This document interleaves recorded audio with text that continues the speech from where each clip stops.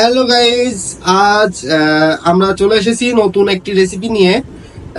এই রেসিপিটি আমাদের কাছে আনকমন। হ্যাঁ, কেন নয়, এই রেসিপিটি আমরা এখানে ঠাকুরগাঁয়ে অনেকবার দেখছি, মানে রেসিপি তৈরি করতে দেখি নাই, বাট এই পিঠাটা টেস্ট করে দেখছি। মোটামুটি এই পিঠাটা স্বাদে মোটামুটি অনেকটাই ভালো লাগে। তো এর মেন যে উপাদানটা হইলো সেটা হচ্ছে চালের গুঁড়া বা চালের আটা, পাশাপাশি দেওয়া হয়েছে মরিচের গুঁড়া, রসুন বাটা, আদা বাটা আর জিরার গুঁড়া।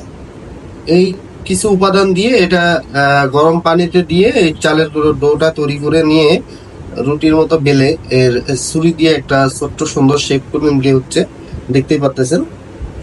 এটা আমরা আবার গরম তেলে ভাজি করে নিলেই খাওয়ার উপযোগী হয়ে যাবে। তো এর সাথে একটু সস জাতীয় বা ঝোল হলে সেটা অনেক আরো টেস্টি হয়। তো এই পিঠাটার নাম আমরা আসলে জানি না, কারণ এটা উত্তরবঙ্গের খুব প্রচলিত খাবার। আমাদের ওই দিকটায় এই খাবারটা আমরা কখনো দেখিয়ে নাই বা চিনিও না। যদি কেউ এই রেসিপিটা, এটা কি পিঠা নাম জানেন, অবশ্যই অবশ্যই একটু কমেন্টে বলবেন।